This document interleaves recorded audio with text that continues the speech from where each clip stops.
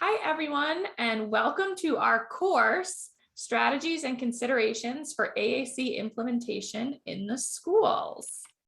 I am Sarah Gregory. I am a speech language pathologist by trade. My current role, I work as an assistive technology consultant and also inclusion consultant in a public school setting. I'm in a public school district in upstate New York. I've worked in public schools, I think about 7 years now in my district, and I've been an SLP for I think 12. That math is always tricky. I try and do it in advance.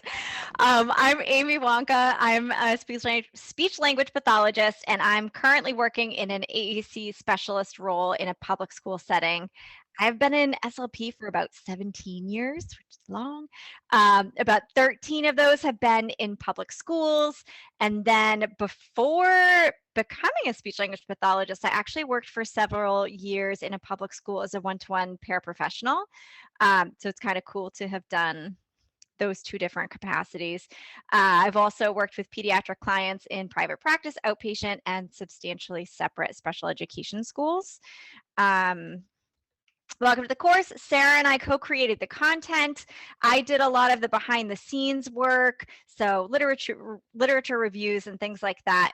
You're going to see Sarah more than you'll see me because she's the person doing creating and doing all of the lectures. And she's also going to be your point person once the course starts in October. So what is the course going to look like? Here's kind of an overview of what you want to expect each week. Every week there'll be one webinar, usually about an hour in length, and you will be asked to do 3 discussion board posts. If you watch, there's another orientation video here that walks you through all of the tech steps in how to post on the discussion board, how to navigate there. And in that discussion board, one important piece to remember is that you have to post your original post. So you have to do 3 posts overall. The first one has to be submitted by Thursday at 11:59 p.m. Eastern Standard Time. And part of the reason why we do this is because your subsequent 2 posts are responding to your peers in the classroom. And we want to give everybody enough time to read everyone else's posts, reflect on the posts, and then generate your 2 response posts. So that's 3 discussion board posts, 1 due by Thursday at the end of the day, and the other 2 are due by Sunday at the end of the day. You're also going to do every week one or 2 page essay or activity, and you get to choose. So you choose if you want to do a reflection on the readings, or if you want to kind of do the more hands-on practical application assignment. You can flip-flop from week to week. We don't care. Pick the one that fits your needs best or fits your learning style best.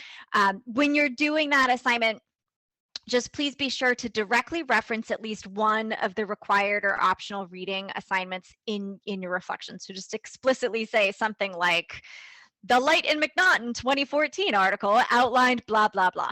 And that just helps us check some boxes as far as what we need to do on our end to demonstrate that the reading has been completed.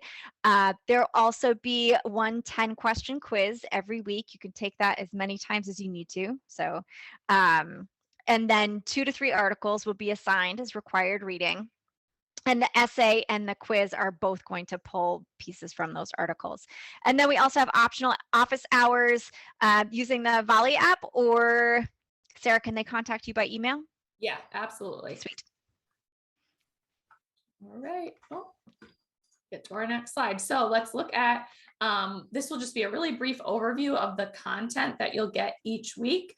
So I'm really excited about how comprehensive this course is going to be. It covers so many considerations that we have working in school settings, but also in talking with Amy about the structure of the course, we both felt like anybody working with school-aged individuals would really benefit from taking the course. There's not much content that's specific only to a school setting. There's, considerations for curriculum and things like that, which we feel like would be applicable to any setting. If there's a person who's in school, they're going to be, interfacing with curriculum and Common Core standards and things like that. We talk a lot about collaboration, working with different stakeholders. So if you're working in a private clinic, you're going to want to understand the school side of things too, as we're doing like having these collaborative relationships. So in the first week, we're going to talk about some ethics, evidence-based practice. I already said collaboration.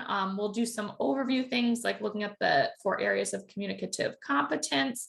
We'll go over some different assessments and planning tools. So kind of like the starting point of what you want to do to get ready for working with students using AAC.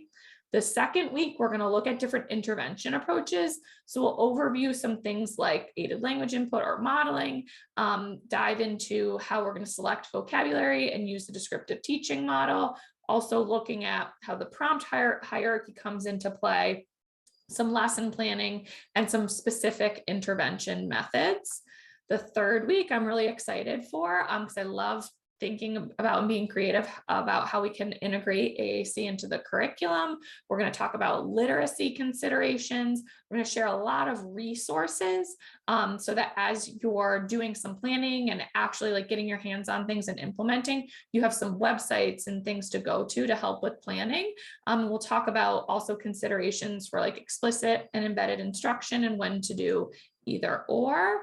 The last week, we're going to talk about partner implementation and kind of tie everything together because as one sole person supporting AAC, we need to be able to collaborate with everybody and also get kind of the whole circle of support on board and supporting AAC, which might involve peers if you're in a school setting.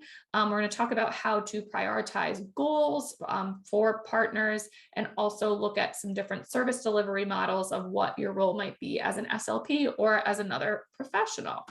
So that's what we have. That's our brief overview. We're really excited to dive in. As Amy said, if you have questions, please reach out. There's support for the tech, and you can reach out to me anytime for asynchronous office hours. And we're excited to get to know everybody. It's going to be fun. AAC is fun stuff.